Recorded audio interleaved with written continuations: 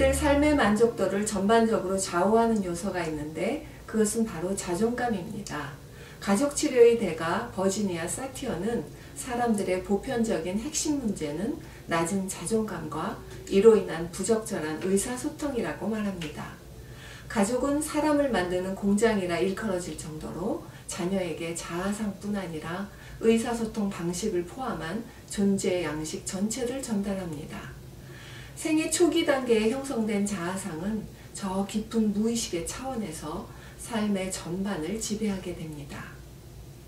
자존감이란 자기 자신에 대해 스스로 만족하고 좋은 감정을 느끼는 경향성을 말합니다.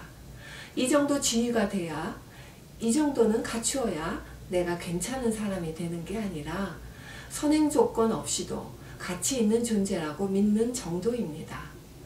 자존감이 낮은 경우 자신이 가치 없다고 느끼기 때문에 반대로 자신을 보호할 강력한 동기를 가집니다. 남을 비난하거나 남 탓을 함으로써 자기에게는 하자가 없음을 증명하려 합니다. 또는 자신의 가치를 외부로부터 인정받기 위해 주위 사람들의 시선에 매우 민감하게 됩니다. 세상에 대해 비난하는 목소리가 크면 클수록, 또 남을 맹렬히 공격하면 할수록, 칭찬을 바라는 인정 욕구가 맹목적일수록 낮은 자존감에 허덕이고 있다는 증거입니다. 자존감이 낮으면 무엇이 문제냐 하면 외부 사항을 부정적으로 보게 된다는 것입니다. 나를 못 보고 지나가는 사람은 나를 우습게 생각한다고 지각하고, 불친절하게 말을 하면 나를 싫어한다고 지각합니다.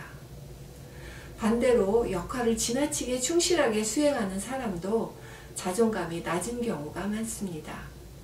결과나 행위를 통해 내 존재를 인정받으려는 것입니다. 내 행동에 대해 인정을 받음으로써 내 존재에 대한 인정의 허기를 채우려는 것입니다.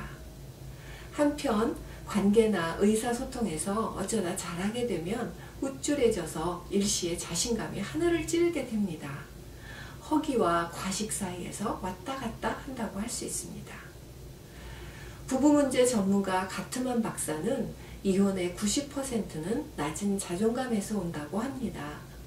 남편이 늦게 들어오면 나를 사랑하지 않기 때문이라 생각하거나, 배우자가 작은 지적이나 불만 표시를 하면 나에 대한 공격이나 거부로 받아들입니다.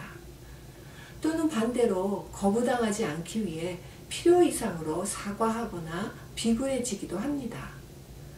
상대의 행동에 내가 어떻게 반응하느냐는 많은 부분이 내 자존감의 수준에 달려있다고 할 수 있으니 나에게 벌어진 상황을 지나치게 부정적으로 해석할 필요는 없습니다. 우리 한국인들은 잠자기 전에 일기장을 쓰며 반성하며 하루를 마감합니다. 발전하기 위해서는 잘하는 것을 더 키우는 것과 잘 못하는 것을 시정해 나가는 두 가지 방향이 있는데, 우리 한국인의 인식에서는 후자의 패러다임이 강합니다. 한 세계적인 교육가는 지구상에서 What's wrong에 초점을 두는 교육 시스템은 대만과 한국뿐이라고 말합니다. 자기 비판 위주의 교육은 자신을 특별하고 소중한 존재라고 믿는 것을 매우 어렵게 만듭니다. 이 세상에 완전한 인간이란 없습니다. 자신이 스스로에 걸어놓은 비현실적 기대만이 있을 뿐입니다. 물론 그 기대 밑에는 허약한 자존감이 있습니다. 우리는 하루에도 몇 번씩 오르락 내리락하며 자존감의 롤러코스터를 탑니다. 항상심을 유지하기 위해서는 잘못된 자존감을 바로잡아야 합니다. 삶의 궤적 중 어떤 관계가 또는 어떤 작은 사건이 내 낮은 자존감을 형성해 놓았는지, 그 비합리적 연결고리가 어떻게 만들어졌는지 이해하는 것으로 시작해야 할 것입니다. 그때는 힘이 없어 어쩔 수 없었지만 이제는 주체적으로 건강한 시냅스를 새로이 만들어 나갈 수 있습니다. 불안한 존재성에 좌절하기보다는 내 자신을 가치로운 생명체로서 수용해야 합니다.